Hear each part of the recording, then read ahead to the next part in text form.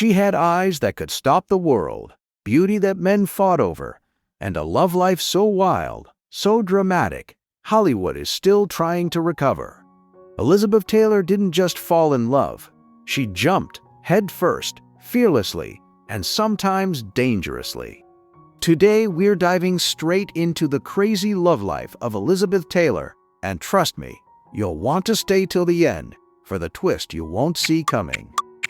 Elizabeth Taylor didn't like quiet romances.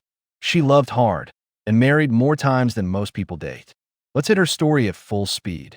Age 18, a Hollywood princess, and a wedding so big it looked like a real-life fairy tale.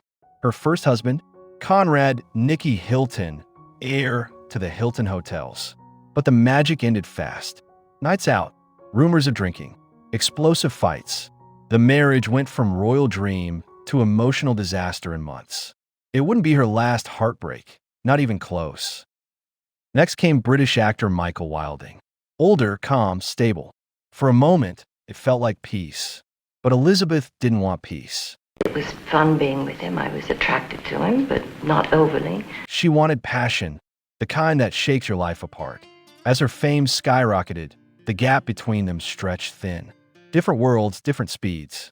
The marriage faded out quietly, but things were about to get loud. Then came the fireworks. Producer Mike Todd hit her life like a storm.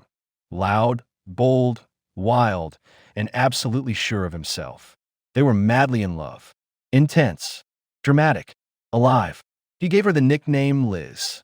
She hated it, but loved him. They had a daughter. The marriage boomed, and then tragedy hit. Mike Todd died suddenly in a plane crash. Elizabeth was shattered and vulnerable. But the next chapter would spark one of Hollywood's most shocking scandals. Enter Eddie Fisher, Mike Todd's close friend. He comforted her, then fell in love with her, while still married to America's sweetheart, Debbie Reynolds. Hollywood exploded. Headlines everywhere. Elizabeth Taylor, homewrecker. But Elizabeth didn't care. She followed her heart, even when it dragged her through fire. Their marriage didn't last long, because someone else was about to pull her into the most famous love story of her life. Elizabeth met Richard Burton on the set of Cleopatra, and instantly, everything changed. The chemistry was terrifying, like two planets crashing into each other. They drank together, fought loudly, loved fiercely, and refused to let go. They married. And there was no question about it, but we were going to be married.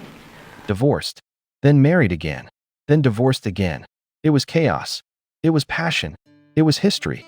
People still say Elizabeth and Burton weren't just lovers. They were a force of nature.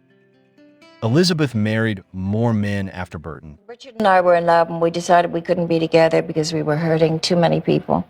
But none of them reached that same volcanic level of love and destruction. And here's the part most people never realized. Even decades later, even married to other people, Elizabeth kept one of Burton's letters beside her bed. She never revealed everything it said, only that it was the one thing she could never let go of. Elizabeth Taylor didn't live a simple love life. She lived 8 of them. Passionate, chaotic, unpredictable, and unforgettable. She followed her heart, ignored the critics, broke the rules, and loved harder than anyone else of her time. And maybe that's why her romantic life still feels like a movie, because she never lived small.